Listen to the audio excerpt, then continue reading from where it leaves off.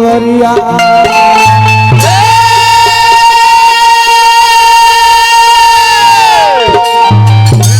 बोलिए प्रेम से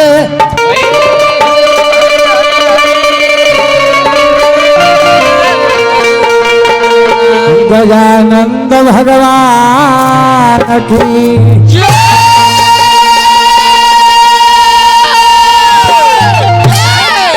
ट्रेवल करते इसको लोग साउंड को उठाइए भैया, हॉर्न खत्म कीजिए। देख रहे हैं घर घर कर रहा है, देखिए आवाज तो सुनाई नहीं रहा। ट्रेवल देते हैं। हेलो है ना विघ्न हरण गजरा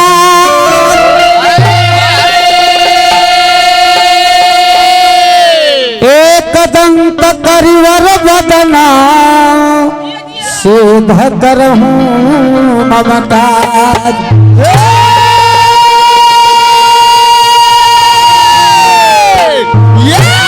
सिद्ध करहूं ममताज आज हे गौरी के लाला।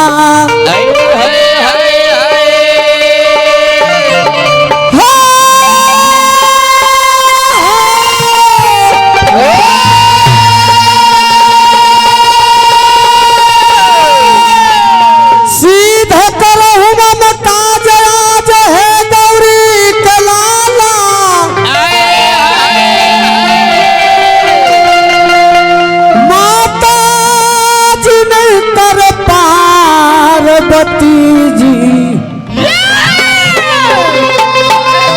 पिताजी डमरू वाला।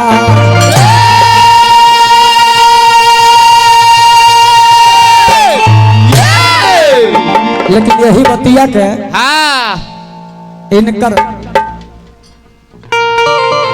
पिता श्री भगवान भोलेनाथ से भक्त कहले कि प्रभु और हरदम बोलो शिव बाम बाम।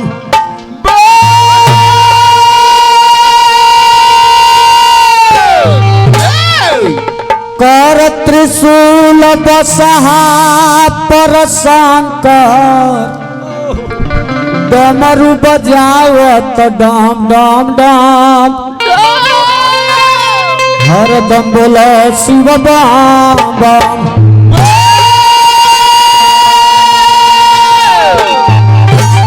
तो मुख में पाना और भांग चबाव दसन विराजत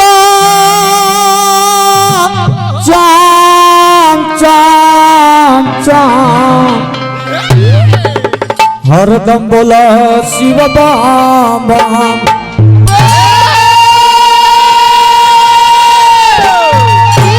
कहता भिखारी हेलो हेलो जब दाम दाम दाम।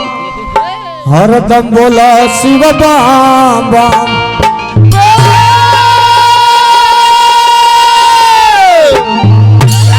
लेकिन यही बतिया के विद्या के मालिक माँ शारदा से जी एक भक्त कहले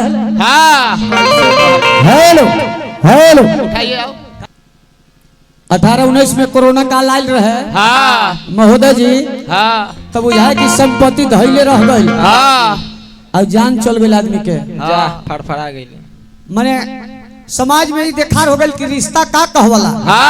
पत्नी के कोरोना भइल बा, पति भोजन करा के और थारी में रख के और लाठी से ठेलता। तारा में ना ठेकम न तो हमरो पाट जाए। जितना जना के घमंड रहले लाखों करोड़ों बस 2 मिनट घड़ी के टाइम से 2 मिनट बस 2 मिनट। लाखों करोड़ों अरबों जकरा बैंक में रहे एगो ऑक्सीजन के बिना मर गइल बाबा। धन संपत्ति के काम बा आवश्यकता बा लेकिन हर जगह ना मानवता भी कुछ होला। अभी कितना निमन बात कहनी कितना सुंदर कार्य यहाँ का करता नहीं। इनका से भी बहुत दौलत वाला लोग बा लेकिन सब के सामाजिक काम में मन लागे ना।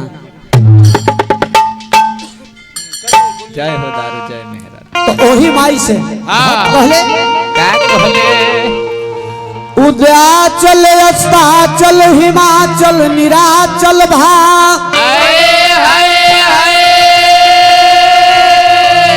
मैहर मंदराचल विंध्याचल है मैया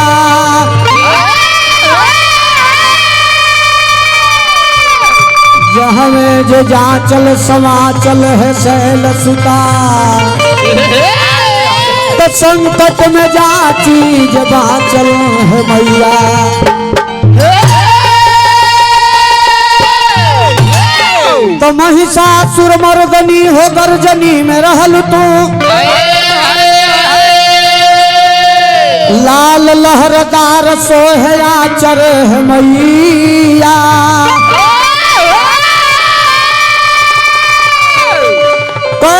वंशधारक प्रतिपालक हौ बालक के माँ तजोगी जमाती फिर नाचत है मैया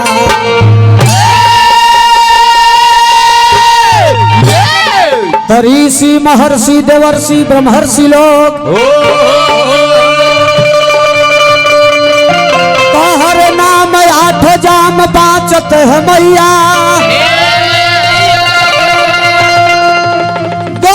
भुजधारी राधा कृष्ण जी के मतारी अम्बे तो तहरे भल वीर बीच नाचत मैया